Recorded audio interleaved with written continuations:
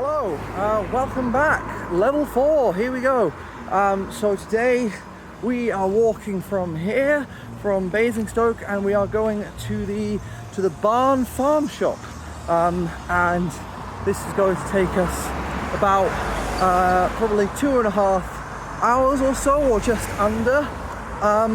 And yes, and I should be getting lunch down there as well, which should be very nice. So yeah, should be a nice little level. So yeah, Barn Farm Shop, come join me. Our journey today takes us to the Barn Farm Shop and Bistro. We'll start off going down a road we don't usually go down before we pass underneath the railway and go down Roman Road. From here, we'll be passing by several different houses, going into some woods, before we exit the woods and get to a country lane. After this, we'll keep walking down the country lane, we'll get to another country lane, and after this, we'll get to a lovely town named Sherborne St John, before we go down some more country lanes, followed by a couple more country lanes, followed by a quick stop at a farm, before we go down some more country lanes, and eventually reach our end destination of the Barn Farm Shop and Bistro. This walk should take us about 2.5 hours all in. Get ready, because this one is gonna be tedious.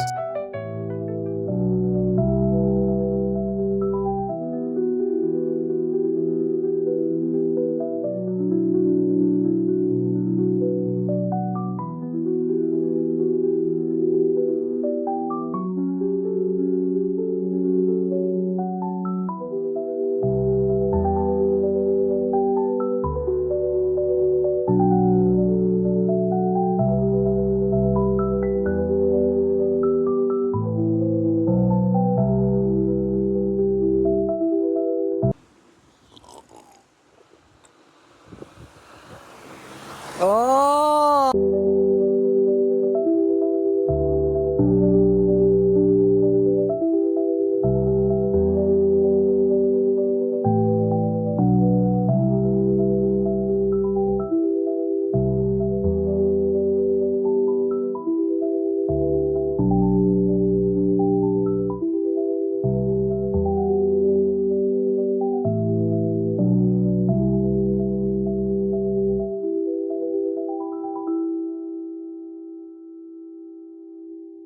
Tunnel update part 7. It's still a tunnel.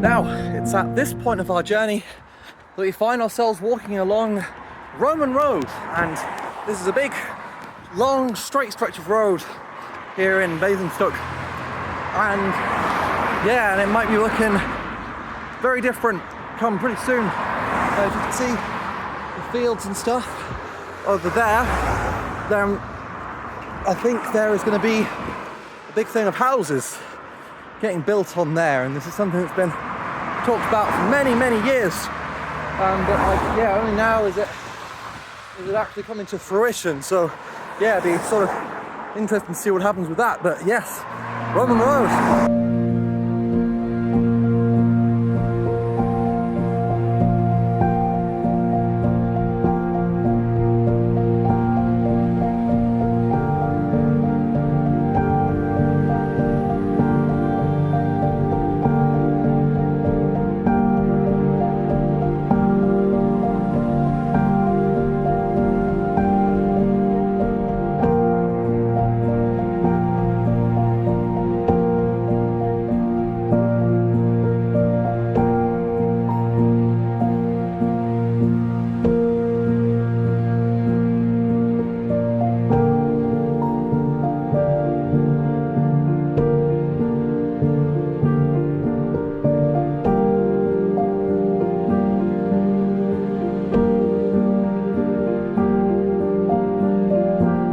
Fun fact, this actually isn't my first time walking down Roman Road.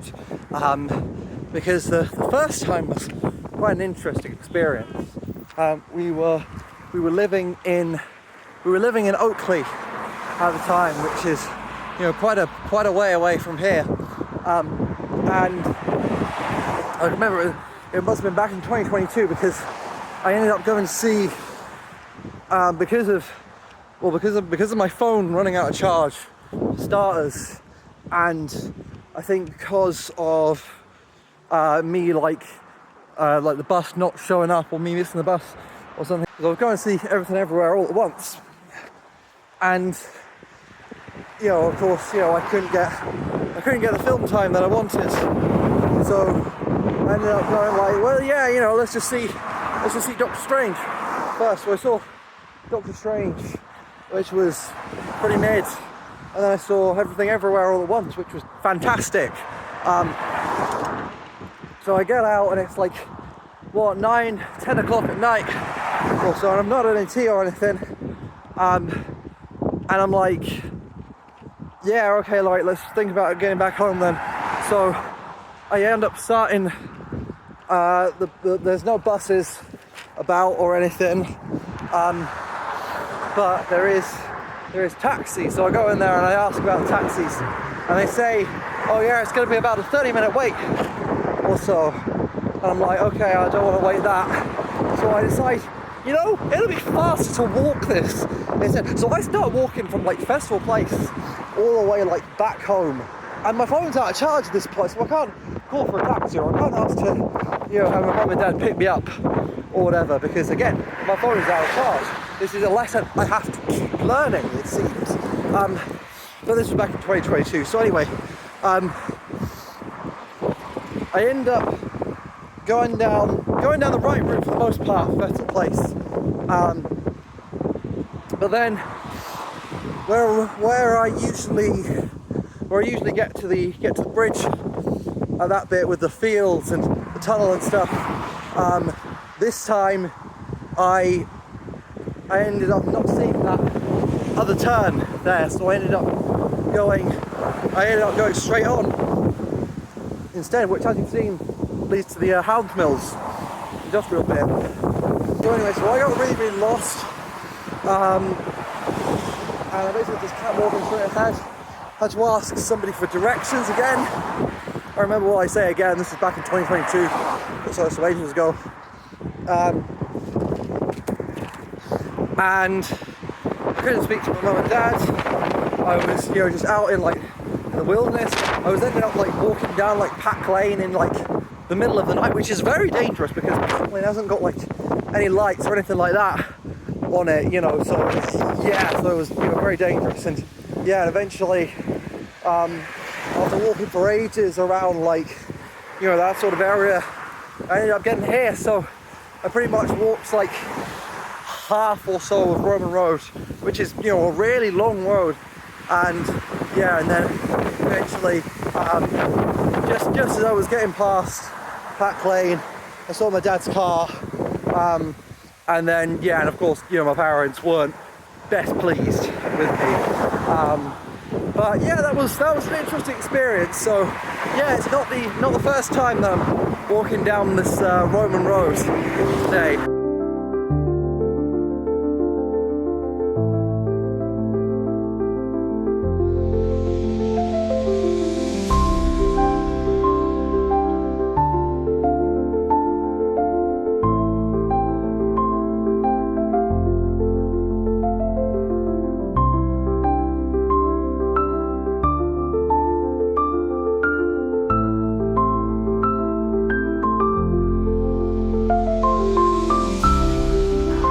Thing actually about this little bridge here.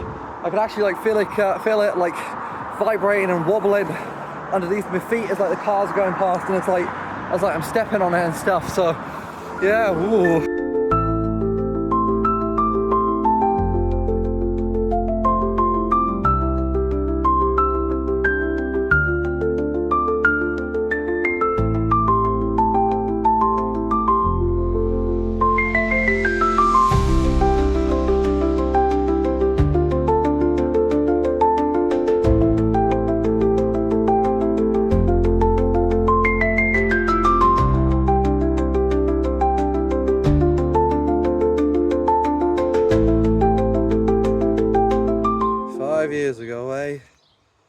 Can't believe it, honestly. Feels like just yesterday.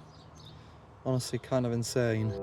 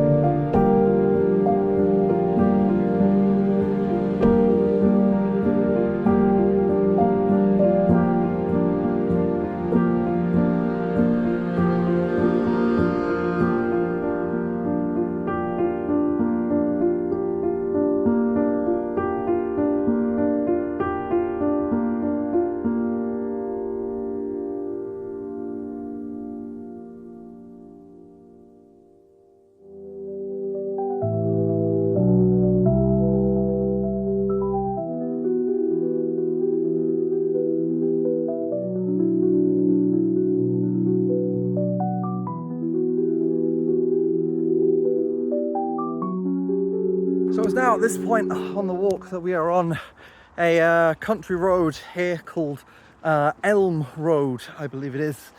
And yeah, it's basically just a big long stretch of road, and this is going to take quite a while, so you might not see much footage for a little bit because it is literally just a big road, literally just like this, like, so yeah, not too much interesting to see, but I shall keep you posted.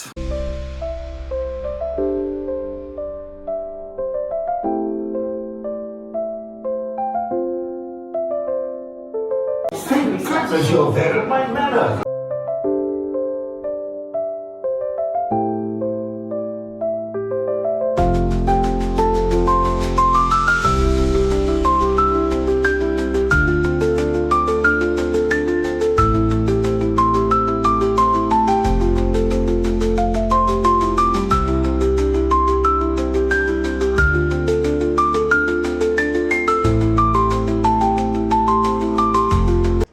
To me, Dark Lane is just a normal lane. This is just a peek into my weird and twisted world. Hee hee.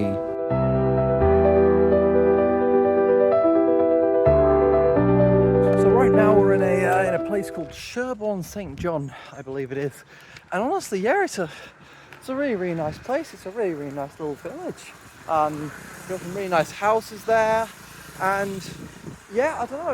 It's just a nice, quaint little town. I don't know. I suppose it makes a change after having to walk down that big straight Elm Road for so long. So yeah, it's nice. Yeah, we've got just under an hour left now, and yeah, honestly, this thing's gone by really quickly today. Like even quicker than Chinham, I'd say. Although that might have been because Chinham was an absolute disaster. But yeah, no, this thing's gone by really quick today. It's been really nice. I have no idea what that is over there, but my word, that is a cool play structure. I love that play structure. I want that play structure.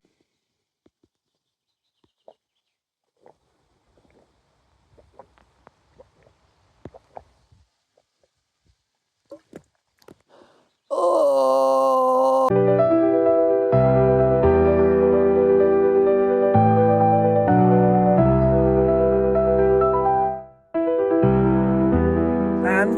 as well, if you're walking on a country road like this, remember the safety. Always need to walk towards oncoming traffic, facing oncoming traffic, instead of away from it. That way you can see whatever cars are coming, and whatever cars are coming can see you. So yes, do remember that if you're doing something similar to what I am.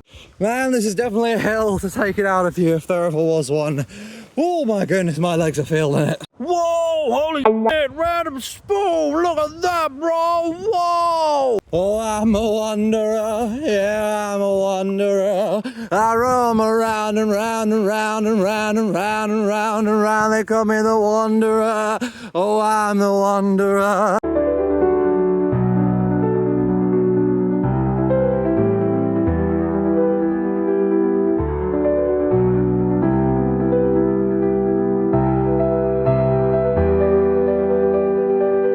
So I believe that over there that we've got is the Vine, which is a big sort of site and woods and national trusty sort of place that we've got around here at Basingstoke, and I think it's quite a sort of popular visitor attraction alongside Basing House, from what I understand.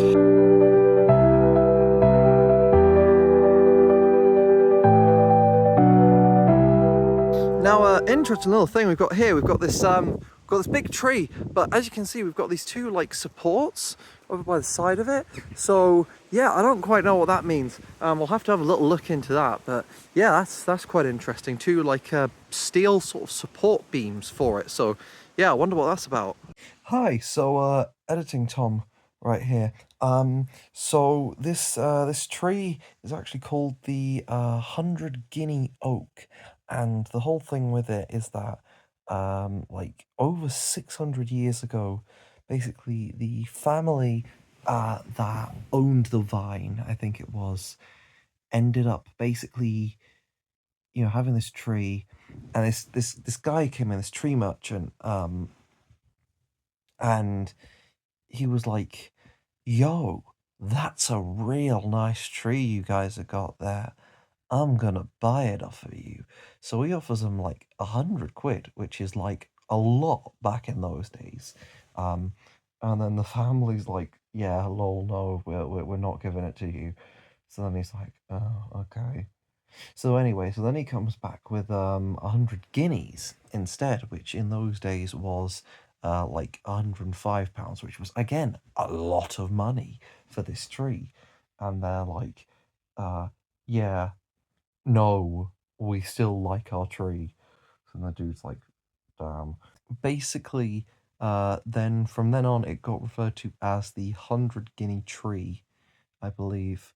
And then the reason why the two metal supports are there actually is because basically when the road was getting built next to it, then you know the roots sort of started getting upheaved and stuff, and it started like leaning more towards the road. So they ended up needing to, you know, put these two metal supports in place to stop it from tipping over. So it's essentially, you know, basically like stilts or like a walking stick for a tree almost, which is weird to say, but there you go, the 100 Guinea Oak. Drink.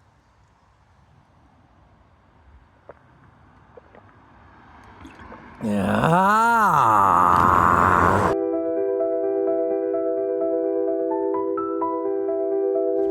Seriously though, this like just country road that I'm on at the moment, this like this country road that I'm on, it just feels like endless, man. It just keeps going and going and going, my word.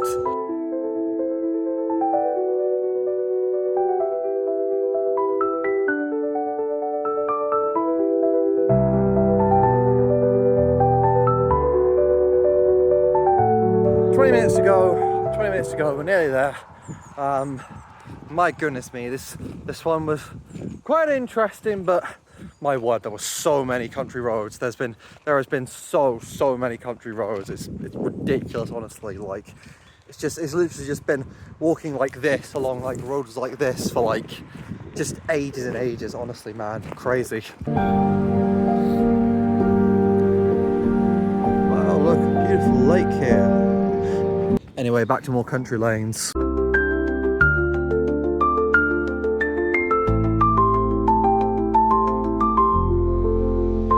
Oh my goodness, it's the end of the country lanes for a bit. I can't believe it. Oh my goodness, 3 minutes left. We are nearly there. Come on.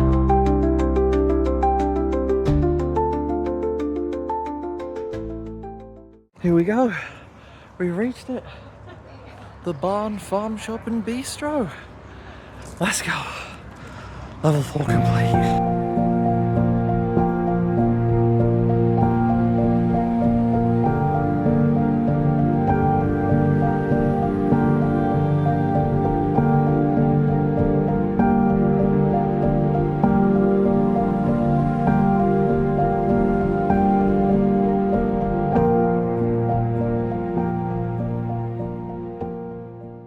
And yes, Stool is still with me too, in case you were interested.